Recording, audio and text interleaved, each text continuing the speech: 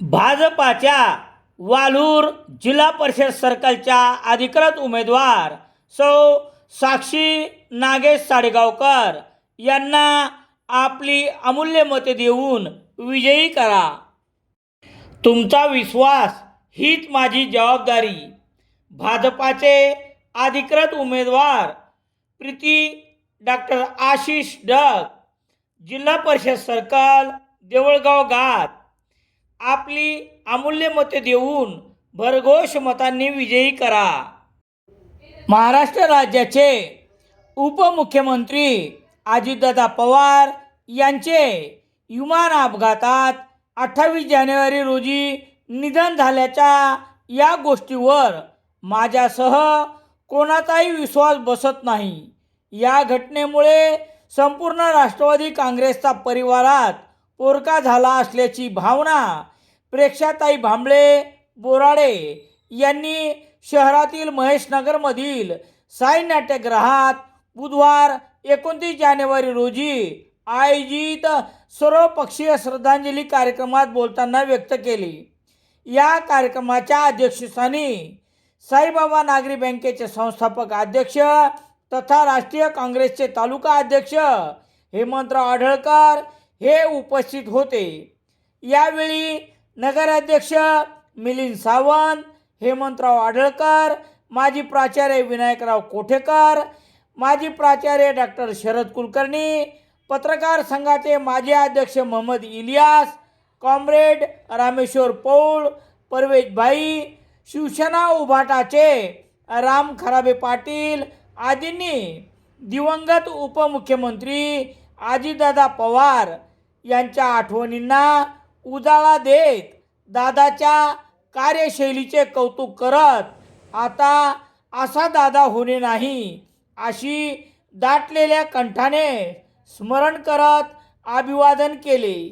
शहरातील सर्वपक्षीय पदाधिकारी, कार्यकर्ते, महिला आदी श्रद्धांजली कार्यक्रमात उपस्थित होते.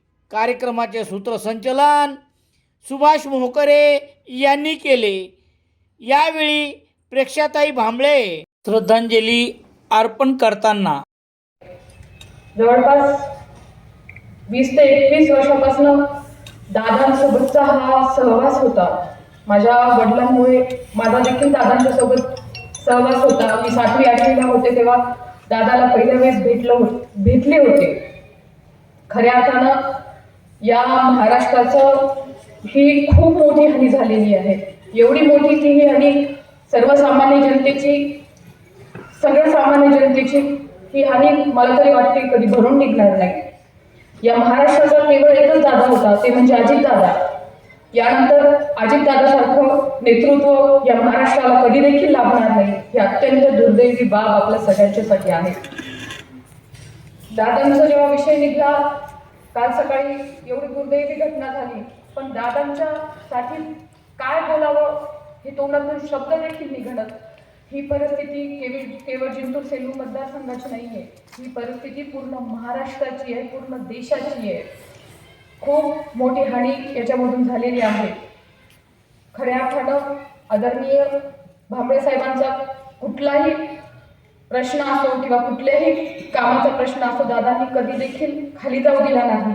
आणि आपल्या जिंतूर सेलू मतदारसंघावरही दादांनी आम्हाला असं प्रेम केलेलं आहे. याची उदाहरणं आपण सगळ्यांनी वेळोवेळी पाहिलेले आहेत. परंतु आज याच्यातून सावरायचं कसं, याच्यातून निघायचं कसं, हाच खूप मोठा प्रश्न पडलेला आहे. आणि ते म्हणतात ना, आता गोकुळामध्ये देवच राहिला नाही, एवढी वाईट परिस्थिती झालेली आहे.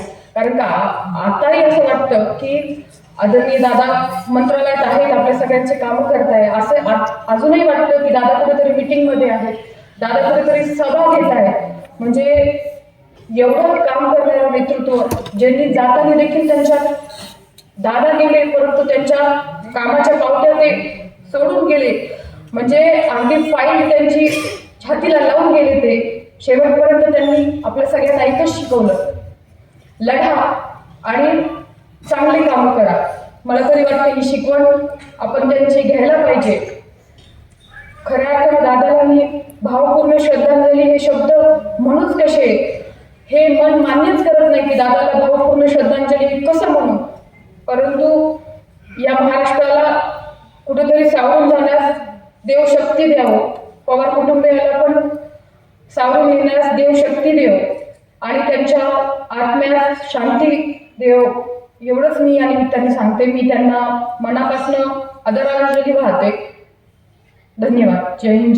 9 फेब्रुवारी रोजी सेलू येथून 2 मित्रांसोबत निघून गेलेल्या अनिकेत बळवंत शेरे यांची माहिती देणाऱ्यास देणार 1 लाखाचे बक्षीस. संपर्क निकिता शेरे, सेलू, जिल्हा परभणी. सेलू शहरात दैनिक लोकसत्ता वसुधा घरपोच खारकर, मिळण्यासाठी Prayag Balaji Deodhar, newspaper agency, Surekha bus stand, Vamurkar, Selu.